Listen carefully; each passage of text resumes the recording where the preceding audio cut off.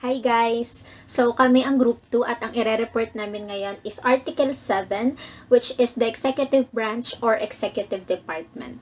So before that, alamin muna natin ang ibig sabihin ng executive. Okay, so it is charged with the execution and administration of a country's laws. So in general, the executive branch sets the direction of national policy. Parang after magawa yung batas, hindi may sasakatuparan yan kung walang pirma ng presidente. Ganon. So, ano ba yung executive power? So, executive power, it is the power to enforce and administer the laws. Okay? So, the executive power under ng Article 7, Section 1, it is vested in the President of the Philippines. So, yon. Kung ang legislative, para siya sa Congress, ang executive department naman, it is under the President. Okay? So, next, ang qualifications. Ang qualifications naman ng isang president, of course, number 1, natural-born citizen. Number 2, a registered voter. 3, of course, dapat he or she is able to read and write. Number 4, at least 40 years of age on the day of election. And the last one, he or she must be a resident of the Philippines for at least 10 years immediately preceding the election. So, of course, dapat Filipino ka. So, next, yan, sa term of office. So, the President and Vice President shall be elected directly by the people. Ang term nila is for 6 years, both of them. But, the President shall not be eligible for re-election. Pero, ang Vice President, he or she can run up to 2 terms lang. Pero, hindi na dapat mag-exceed. Yun. So, next, for the election, anong mangyayari kapag namatay or nawala yung president? So, meron tayong different special elections na tinatawag. So, first, if he or she has died, for disability, resignation, for vacancies, and if a law is passed by the Congress. Ididiscuss to further ni CT after. CT after. Okay, so after that, once the president is elected, of course, he or she must have an oath. This is under Section 5. I do solemnly swear that I will faithfully and conscientiously fulfill my duties as President of the Philippines, preserve and defend its Constitution, execute its laws, do justice to every man, and consecrate myself to the service of the nation, so help me God. So, yan. What else? Next, under ng Section 6 ng Article 7, stating the salaries of the President and the Vice President. He or she must receive an annual salary of 300,000 pesos, while the Vice President must have an annual salary of 240,000 pesos. Ayan. So, for the Vice President, same lang siya ng qualifications ng President. Like natural born, 40 years of age, dapat 10 years kang nakatira sa Pilipinas.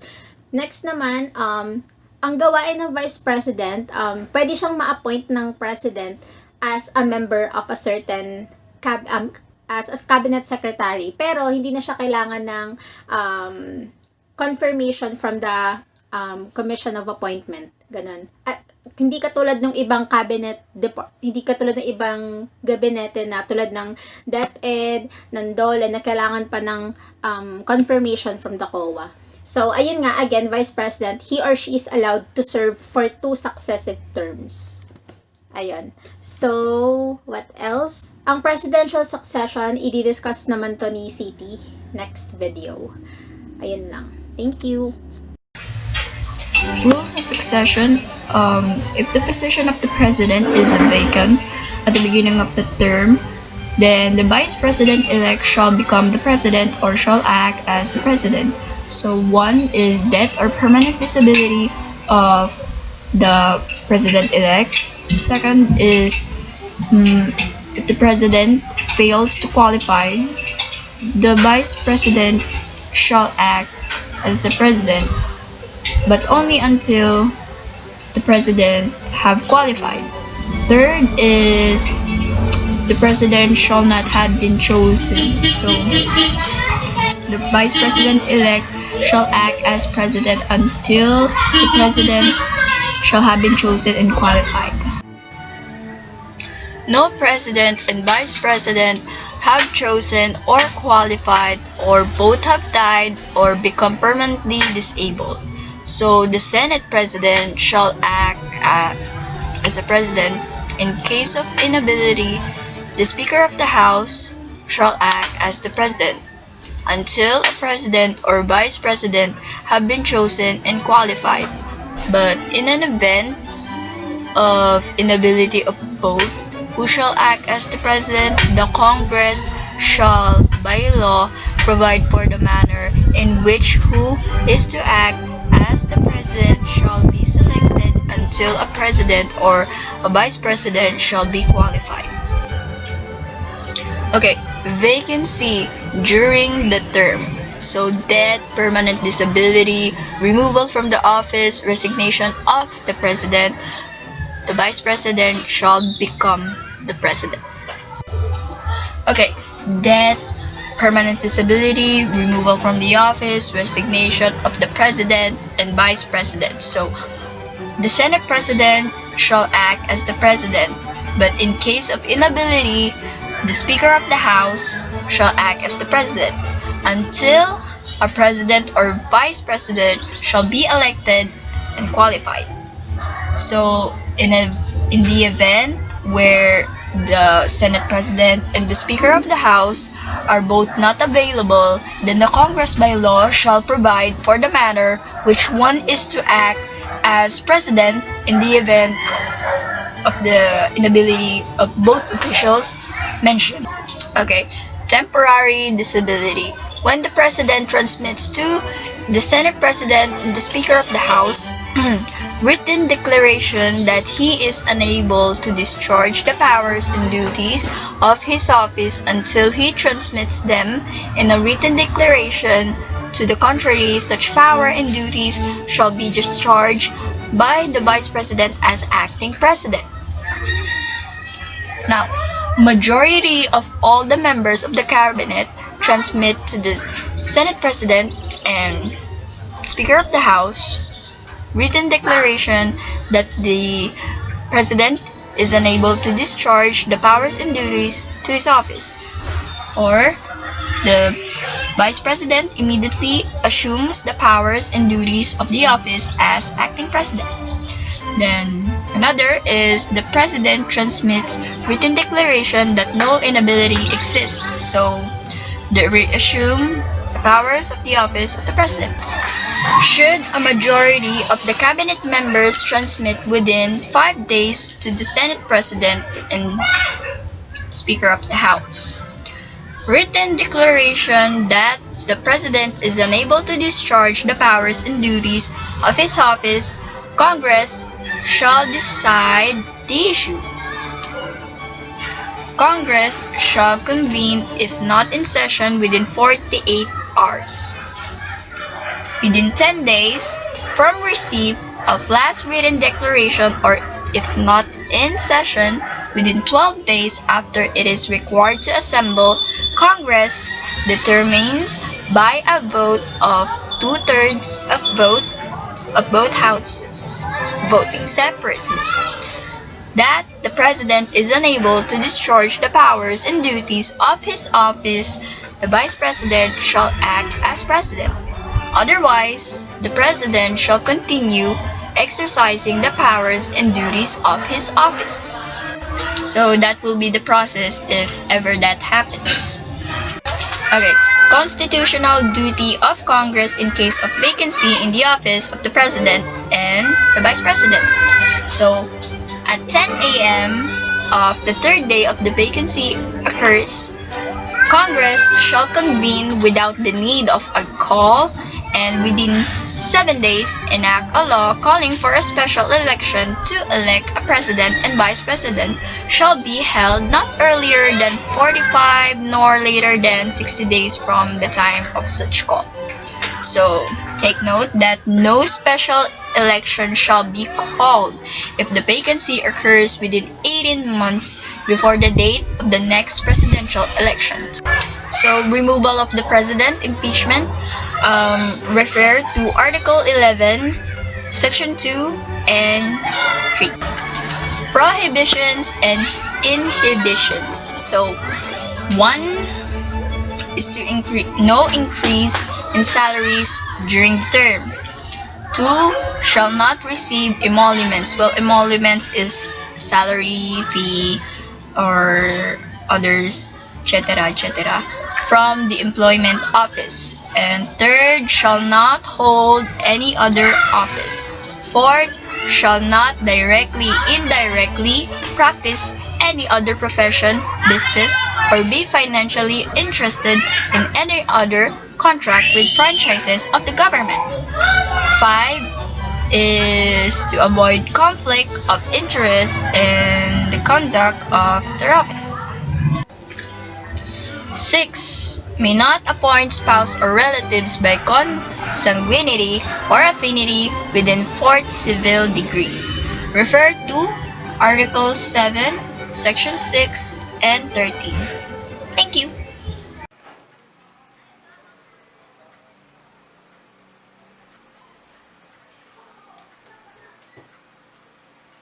Sa slide number 19 ay pinapakita dito ang kapangyarihan ng ating presidente. At nailista dito ang 11 powers of the president. Number 1 is executive power. It was stated sa Article 7, Section 17 of our 1987 Philippine Constitution that President shall have the control of all executive departments, bureaus, and offices. He shall ensure that laws are faithfully executed. Sinasabi dito na ang presidente ay mayroong kapangyarihan na magpatupad ng batas at siya ang may control at may hawak sa lahat ng executive departments, bureaus, and offices.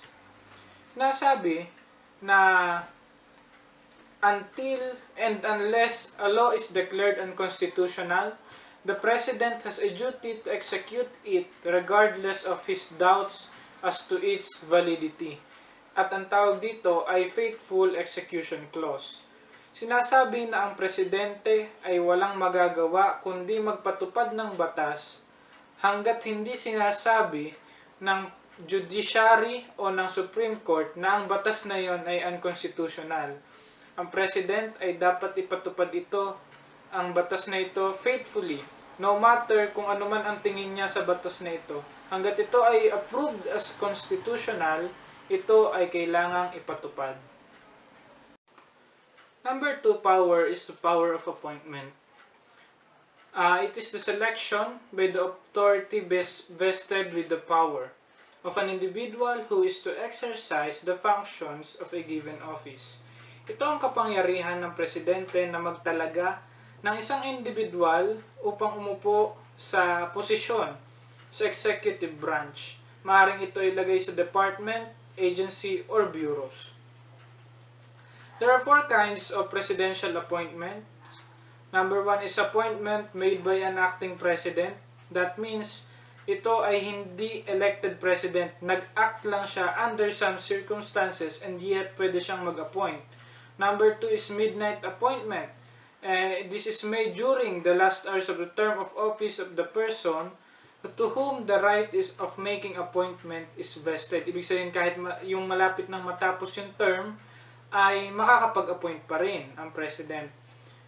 Third is regular presidential appointment, which is appointment made by an elected president. Yung tunay na presidente na inelect ng tao, pag nag-appoint, regular presidential appointment. And lastly, an ad interim appointment that will be discussed later. As I say, appointment is the act of designation by the executive officer, board, or body to whom the power has been delegated of the individual who is to exercise the functions of a given office. In short, appointment is power of the president because he is the chief executive officer. Appointments extended by an acting president shall remain effective unless revoked by the elected president within 90 days from his assumption or reassumption of office. Yes, pwedeng mag-appoint ang acting president, and yes, pwede rin itong ma-revoke ng elected president within the 90 days of his assumption of the office.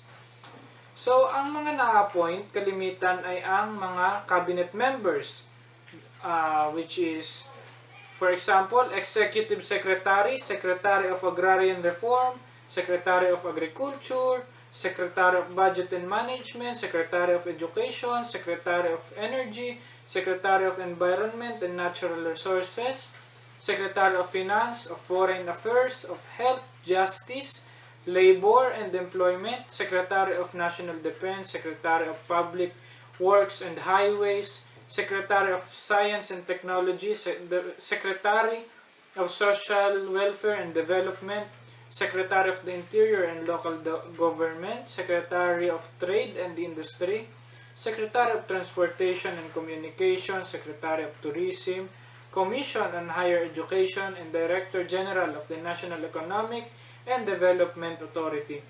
So, therefore, cabinet members ang major appointments, yung mga kalimitan na na-appoint. Pero hindi lahat ay ng members ng executive branch ay or hindi kailangan ma-appoint lahat. Merong mga tao or certain individuals na na-appoint na hindi na dumadaan sa Commission on Appointments. Kasi yung mga nasabi ko, kailangan dumaan sa Commission on Appointments. So, ang ombudsman at mga judges ay hindi na dumadaan sa Commission on Appointments. Tanging ang mga secretary lang ng different departments ang dumadaan sa Commission on Appointments.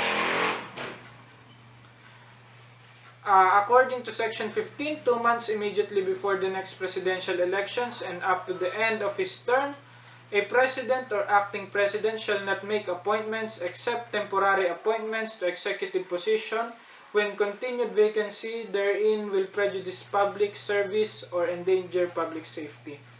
Pwedeng mag-appoint kahit matatapos before the next presidential election, 2 months before. And as long as ito ay temporary. According to Section 16, the President shall nominate and with the consent of the Commission on Appointments, appoint the heads of the executive departments, ambassadors, other public ministers, consul, or other officers and appointment vested in him in this Constitution. So, therefore, ang lahat ng mga nasa executive branch, heads, ambassadors, and other public ministers ay pwedeng i-appoint ng President. The President shall have the power to make the appointments during the recess of the Congress, whether voluntary or compulsory, but such appointments shall be effective until disapproval by the Commission of Appointments or until the next adjournment of the Congress. Pwedeng magkaroon ng appointment during the recess. So ito ay pero once na continue na ang session, ito ay dadaan sa Commission on Appointments and magwe-wait pa rin ng kanilang approval. The power of appointment of the President by the Constitution is one of his presidential powers to the executive head of the government. There are two kinds of appointments of the President. The first one is the regular appointments and the second one is the ad interim appointments. The regular appointments happen during the session of the Congress, while the second one, the ad interim appointments, happen during the recess of the Congress. The two appointment process have different stages. The regular appointments have 4 stages. The first one is the nomination, where they will choose possible nominees who will be appointed. The second one is the consent. After the nomination happens, the commission is given its consent. Then, after that is the appointment. The president issues the appointment. And then, after the nomination, the consent, and the this is where the acceptance of the nominee or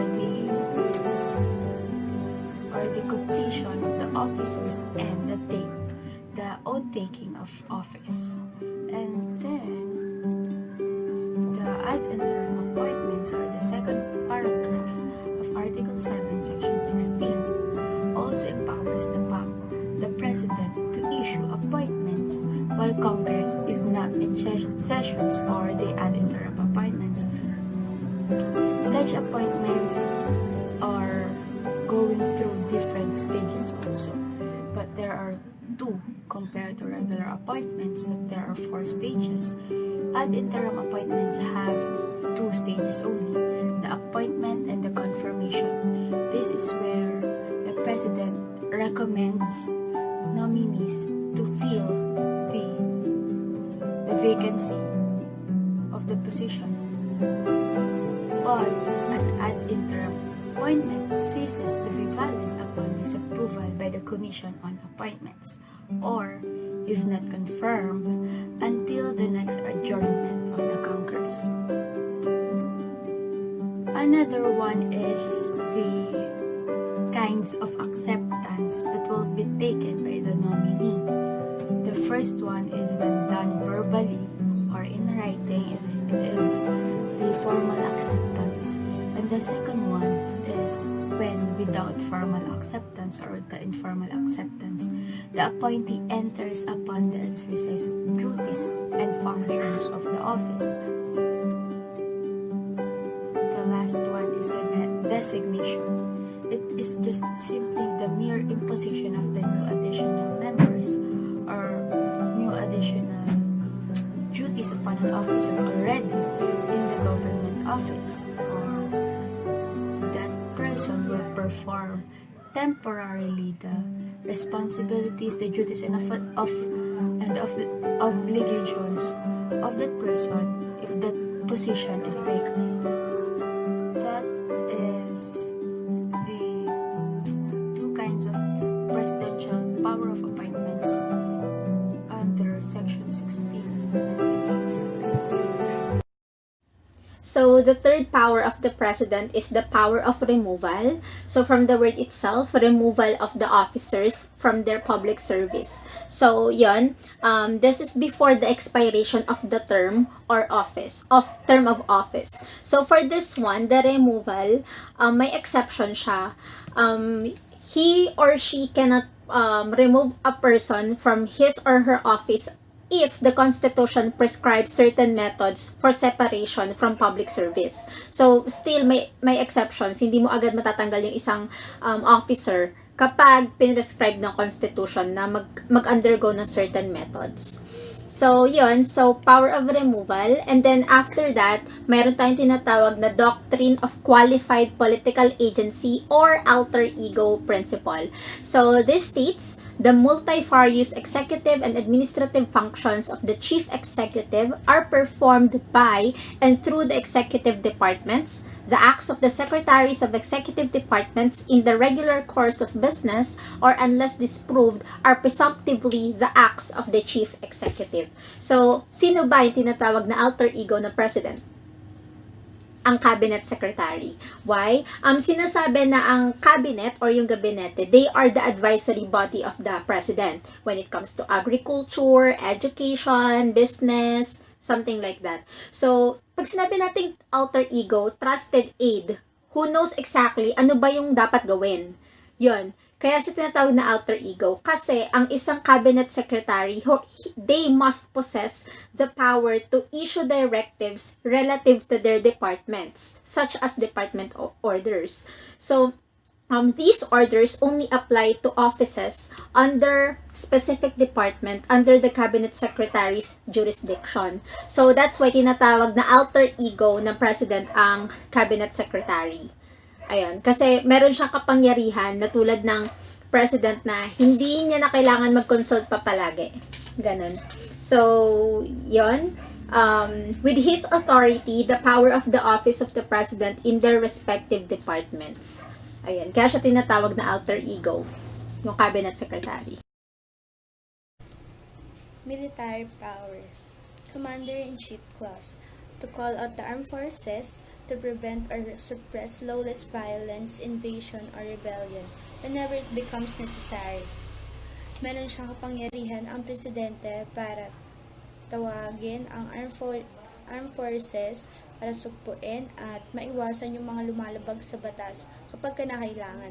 Meron siyang ganong kapangyarihan katulad ng ginawa niya sa Mindanao noong sumalakay ang ISIS noong 2017. Vested directly by the Constitution. Ito ay galing talaga mismo sa batas. Article 7, Section 18. The President shall be the Commander-in-Chief of all armed forces of the Philippines, and whenever it becomes necessary, he may call out such armed forces to prevent or suppress lawless violence, invasion, or rebellion. Authority to declare a state of rebellion. Meron siyang karapatan na magdeklara ng paghimagsik kapag may sumalakay sa ating bansa. Military tribunals are simply instrumentalities of the executive power provided by the legislature for the commander-in-chief to aid him in enforcing discipline in the armed forces. Military tribunals, ito ay military courts na dito ay dinidisiplina ang ating mga sundalo. Dito rin napatawan sila ng mga parusa, pati na rin yung mga prison of war, sundalong kalaban ng ating bansa. Tinatag ito ayon sa Commonwealth Act 408 na tinatawag na military justice, pero mas kilala kasi ito bilang Article of War. Suspension of writ of habeas corpus. A writ directed to the person detaining another commanding him to produce the body of the prisoner at a designated time and a place, the object of which is the liberation of those who may be in prison without the sufficient cause. In short, ang habeas corpus ay citizens' protection against unlawful imprisonment. Karapatan ito ng tao na humingi muna ng trial bago siya mahatulan kung guilty ba siya or hindi. Hindi ibig sabihin na nasuspinde ang habeas corpus ay suspinde na rin yung sulatin nito. Suspinde lang yung privilege nito. Parang ganito, halimbawa, kung ang pagbabalik sa sulatin ay nagpapakita na ang taong nasa kustodiya ay naaresto at nakulong sa mga lugar kung saan ang pribilehiyo ng sulatin ay nagsuspinde o para sa mga krimen na nabanggit sa ehekutibong proklamasyon, sususpindihin ng korte ang karagdagang mga paglilitis action. Grounds for suspension of habeas corpus. Invasion and rebellion, ito yung kapag yung kaayusan at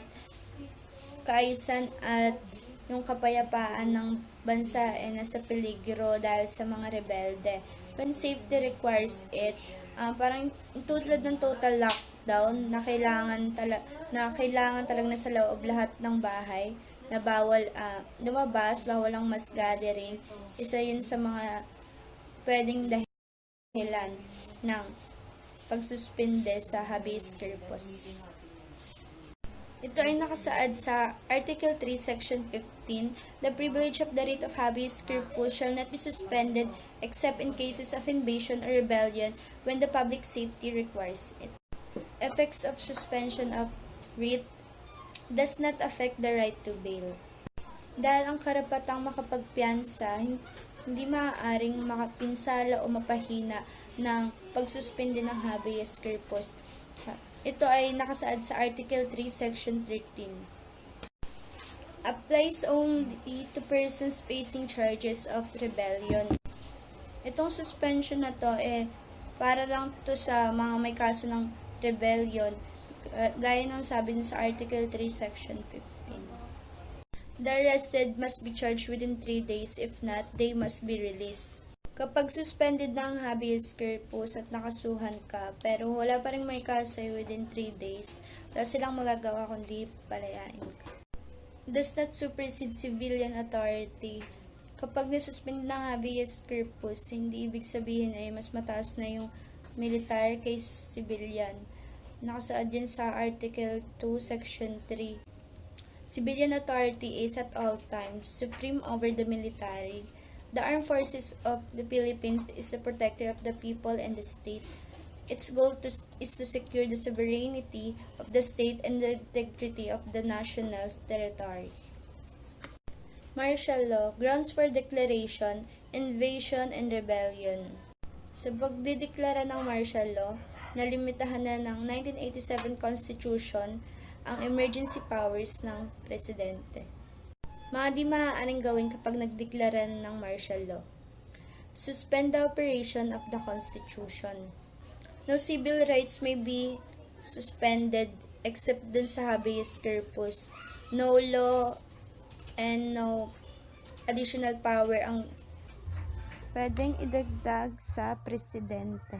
Supplant the function of civil courts and legislative assemblies. It does not oppress the powers of legislatives and civil courts.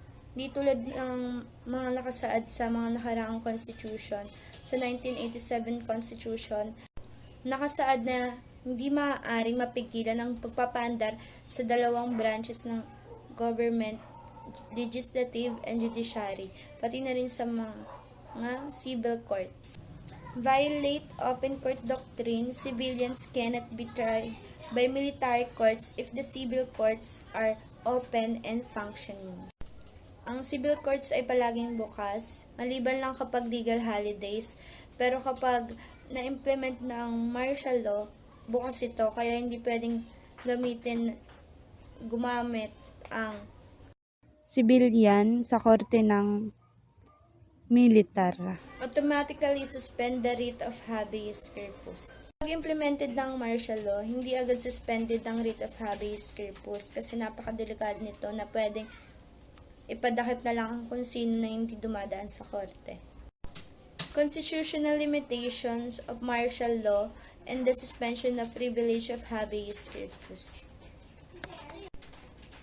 Not more than 60 days unless Congress extended. Ang pagsuspende sa habeas corpus at martial law ay hindi dapat lumagpas ng 60 days, pero lang kung i-allow ng Congress na mag-extend iyon. Para kasi mapangalagaan ng ating kalayaan laban sa mga di makatuwirang pagkilos ng Estado. #never again. President to report to Congress within 48 hours. Pagka-implement niya ng martial law, dapat mag-report siya in person or in writing. Authority of the Congress to revoke or extend. Kung wala sa sesyon ang Kongreso, dapat magtipon sila within 24 hours at pag-usapan kung babawiin ba nila o i-extend ang na-implement ng martial law. Kailangan ng majority votes para sa desisyon nila. At bakit ganito kasi, under ito sa 1987 Constitution na nagsasaad na kailangan magsalita ng other branches of government para maiwasan yung matinding pag-abuso ng power ng presidente. Never again. Authority of the Supreme Court to inquire of the factual basis for such authority. Ang Supreme Court ay dapat na-reviewin ang pagdesisyonan ng presidente at ng Kongreso upang matukoy kung legal na batayan ba ang Naturang proklamasyon o suspension. powers of President as Commander-in-Chief of the Armed Forces. Not the member of the Armed Forces, dahil mas kailangan ng Presidente syempre sa Malacanang. Not subject to court martial or military discipline kasi meron na siyang inappoint doon bilang taga-hukom sa military court. Has control of the military organization and personnel, has the power to call out the armed forces to prevent, suppress, lawless violence. Kasi siya ang commander-in-chief. However, even in a state of martial law, military courts and agencies have no jurisdiction over civilians where civil courts are able to function.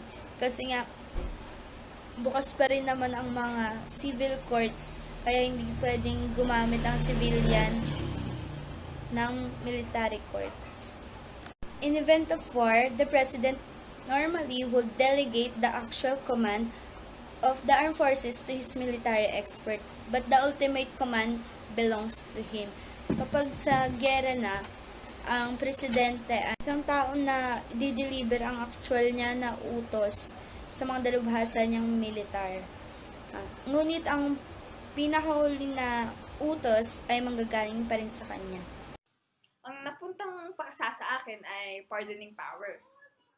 Ang pardon ay nagmula sa salitang Latin na pardon, na ang ibig sabihin ay to forgive o patawarin. Ang kapangyarihan ng presidente na magpataw ng pardon o ang kanyang pardoning power ay hindi isang karapatan o pribilehiyo, kundi ito ay isang act of grace, meaning dahil ito sa awa na binibigay ng isang chief executive o ng pangulo sa pamamagitan ng pagtatanggal ng criminal liability sa isang criminal offender. Tandaan din natin na convicted offender dapat, meaning may sentensya na. Ang pardoning power ay sumasaklaw sa lahat ng paglabag, pero may mga limitations. Kaakibat ng kanyang pardoning powers ay pwedeng maggawad ng iba't ibang forma ng executive clemency, tulad ng reprieves, commutations, pardons, at limit fines and forfeitures. Ang pardoning power ay may dalawang uri as to effect at dalawang uri din as to presence of conditions. Ang as to effect ay may plenary at partial. Ang plenary ay tinatanggal ang lahat ng sustansyang ibinigay sa misala, at ang partial naman ay hindi. Ang as to presence of conditions naman ay merong conditional pardon at absolute pardon. Ang conditional pardon ay ang tawag sa pardon kung saan tinatanggal ang criminal liability ng isang individual na may kaakibat na mga kondisyon o limitasyon na kailangan may istriktong pagsunod sa isang criminal offender. Ang hindi naman pagsunod sa kaukulang kondisyon o limitasyon ay magre-resulta sa pagbawi ng pardon at makakasuhan pa siya ng bilang pardon violator. Matatanda ang binigyan ng absolute pardon ni Pangulong Duterte si Robin Padilla noong 2016.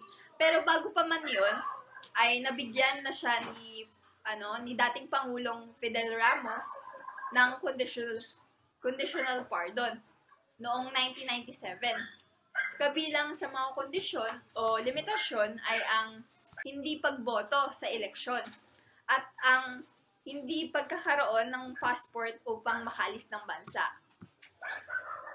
Absolute pardon naman ang tawag sa pardon kung saan tinatanggal ang criminal liability ng isang individual na walang kahit anong kondisyon na nagresulta sa panunumbalik ng kanyang civil and political rights, tulad ng karapatan sa pagboto. Ilan sa halimbawa ng absolute pardon ay si dating Pangulong Joseph Ejercito Estrada o mas kilala natin bilang ERAP, na ginawaran ng absolute pardon ni dating Pangulong Gloria Macapagal Arroyo noong 2007. Kaya naisantabi ang kanyang kasong plunder na may kaparusahang reclusion perpetua o habang buhay na pagkakakulong. Alinsabay sa paggawad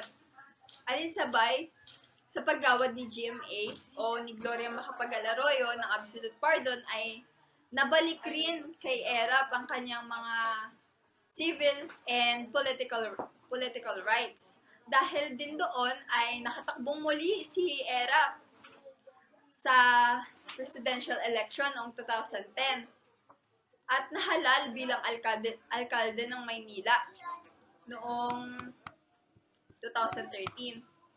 At yung nangyaring ngayong taon lamang na paggawad ng absolute pardon ni Pangulong Duterte kay United States Marine Joseph Scott Pemberton. Ayan. Ito naman yung ibang uri ng ng executive clemency. Ang una ay ang amnesty. Ito ay isang act of sovereign power na iginagawad ng Pangulo alinsunod sa pagsang-ayon ng Kongreso. Ang paggawad nito ay paggawad ng oblivion, meaning to totally forget o general pardon sa mga paglabag ng isang individual o grupo noon. Kadalasan itong ginagawad sa mga tao o sa tao na may political offense laban sa Estado tulad ng treason, sedition, at rebellion. Yan. Ang kaibahan ng amnesty sa ibang executive clemency ay ang amnesty ay kinakailangan ng pagsang-ayon ng Kongreso at pwede itong ibigay kahit hindi pa naililitis o nililitis pa lang o nailitis na ang tao o grupo na may political offense. Ang sumunod na uri ng executive clemency ay ang reprieve. Ito naman ay ang pagpapaliban ng pagpapatupad ng sentensya, lalo na kapag ang sentensya ay ang kamatayan. Tandaan natin na hindi ito tungkol sa pag-alis ng criminal liability o pagsasawalang bisa ng judgment, at wala din itong epekto sa nature of sentence. Hindi nito mababago ang sentensyang naibigay sa husgado. Naibigay ng husgado, rather. Bagkus ito ay pagpapaliban lamang. Meron ding commutation. Ito ay isang uri din ng executive clemency. Ang commutation ay ang pagpapababa, pagpapaikli, at pagpapagaan ng parusa. Halimbawa ay mula sa kamatayan ay nagiging life imprisonment na lamang.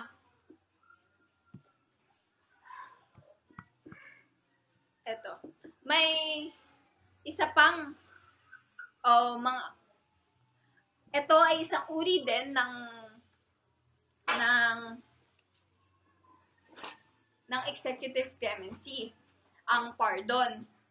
Gaya nga ng sinabi ko kanina, na ito ay isang act of grace na nangangahulugang dahil ito sa awa na binibigay ng isang chief executive o ng Pangulo sa pamamagitan ng pagtatanggal ng criminal liability ng isang criminal offender.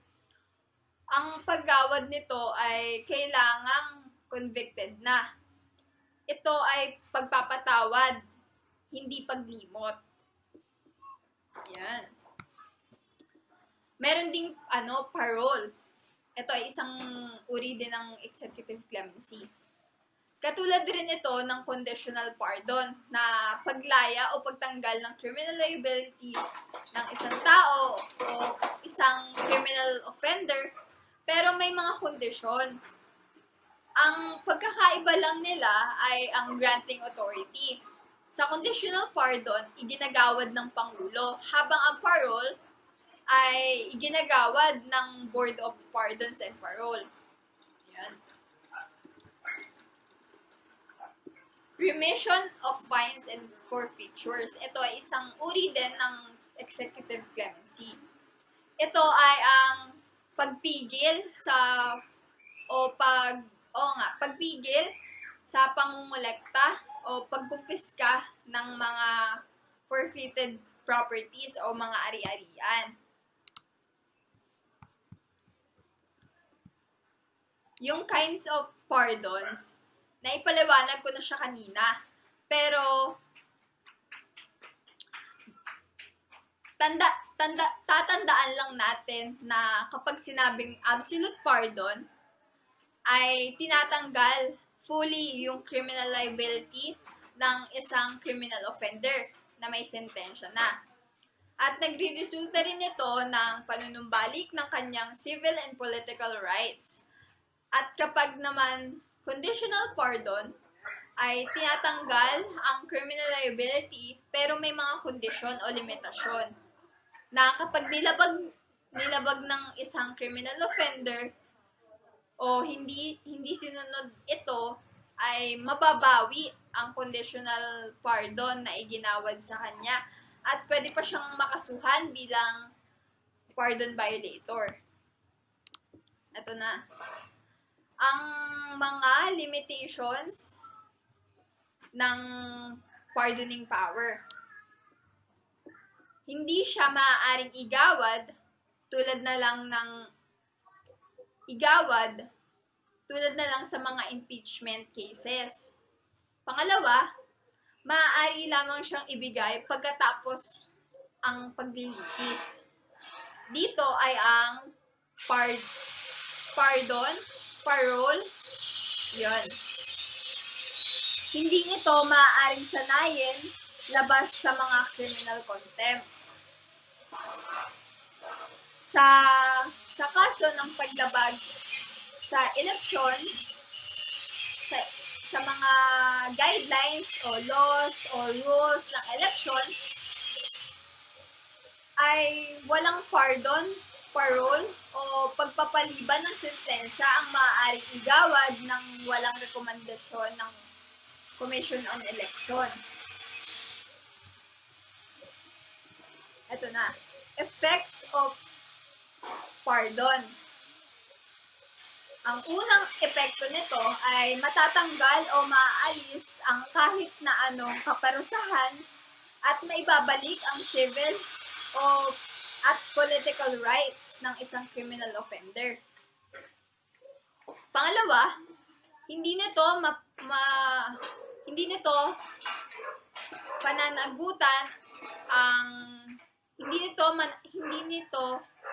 maisasang tabi ang pananagutan ng isang criminal offender mula sa isang individual na ginawa niya ng mali.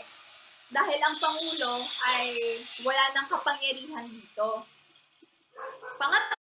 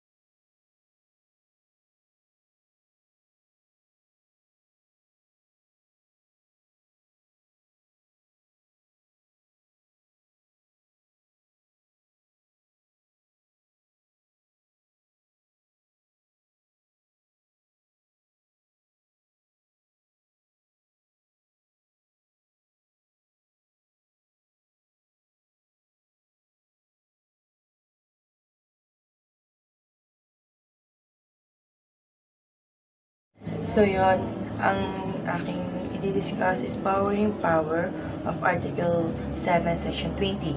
The President may contract or guarantee foreign loans on behalf of the Republic with the concurrence of the Monetary Board subject to such limitation as may be provided with the law. The Monetary Board shall submit to the Congress report on loans within 30 days from the end of every quarter. Authority to contract and guarantee foreign loans. First is exclusive executive function. 2. Concurrence of the Monetary Board required. 3. Checked by the Congress. So, according to Article 2, Section 28 of the 1987 Philippine Constitution, the subject to reasonable condition prescribed by the law. The state adopts and implements a policy of full disclosure of all its transactions involving public interest. Makikita ito sa Article 12, Section 21, but the foreign loans may only be in coordinates with law and regulations of the monetary authority. Information on foreign loans obtained or guaranteed by the government shall be made available to the public. The bill proposed to centralize the merit of the function and responsibility distributed among the various agencies concerning foreign loans from negotiation to debt servicing to one single agency. The new cabinet-level agency composed of a board as its highest policy body shall be primary agency of the government that will co-integrate and coordinate the country's debt management system that includes debt recording and inventory, debt monitoring and analysis, risk management, debt planning, debt service payment, advice on debt negotiation and borrowings, and formulations of debt policy and strategies. So, in Section 21, diplomatic power, no treaty or international agreement shall be valid and effective unless concurred in by at least two-thirds of all the members of the Senate. The power of ratify is vested in the President, subject to the concurrence of the Senate. Other foreign affairs powers: A is the power to make treaties. B, the power to appoint ambassador, public minister, and consuls. C, power to receive ambassadors and other public minister. And D, deportation of the power. TTT compact with two or more states, including international organization of states, indeed to create binding rights and obligation upon the parties and thereto. So, explain ko lang, the proposed measure seeks to reassert such power, mandating Senate concurrence to international and executive agreement. The object is to ensure that any international commitment made by the President, whether under bilateral or multilateral agreement, does not against our national security and interest. So, step in treaty making, negotiation to approval and ratification ratification. Usual step sa treaty negotiation: signature, ratification, exchange instrument of ratif. Thank you. So the eighth power of the president is what we call the budgetary power. So for this, the president shall submit to Congress a budget or expenditures and sources of financing, including receipts from existing and proposed revenue measures. So, ito yung magiging basis of the General Appropriations Bill. So, for the Congress, they may or may not increase the appropriation recommended by the President for the operation of the government as specified in the budget. So, pwede nilang taasan or babaan unless kailangan. Ganon. So for the ninth power of the president, this is what we call the informing power. The president shall address Congress at the opening of its regular session. He may also appear before it at any other time. So this is stated in Article 7, Section 23. So for the informing power, we also know that this usually happens kapag nagsusona yung isang presidente. So lahat ng dapat niyang sabihin, lahat ng gusto niyang i-inform, at mga gusto niyang plano, masasabi niya through the State of the Nation address. So, for the last one, other powers, of course, here, stated, call to Congress to a special session para siyang emergency meeting Next, of course, approve or veto bills. Alam naman na natin yan kung paano. The third one is to deport aliens. Fourth one, consent to deputization of government personnel by COMELEC and discipline them. Of course, the emergency power, the war, when it's related to war, law, or limited, or if it's really necessary. And the last one is to power to classify or reclassify lands. So that ends our report for the Article 7 Executive Branch. I hope you learned something about it. Thank you so much.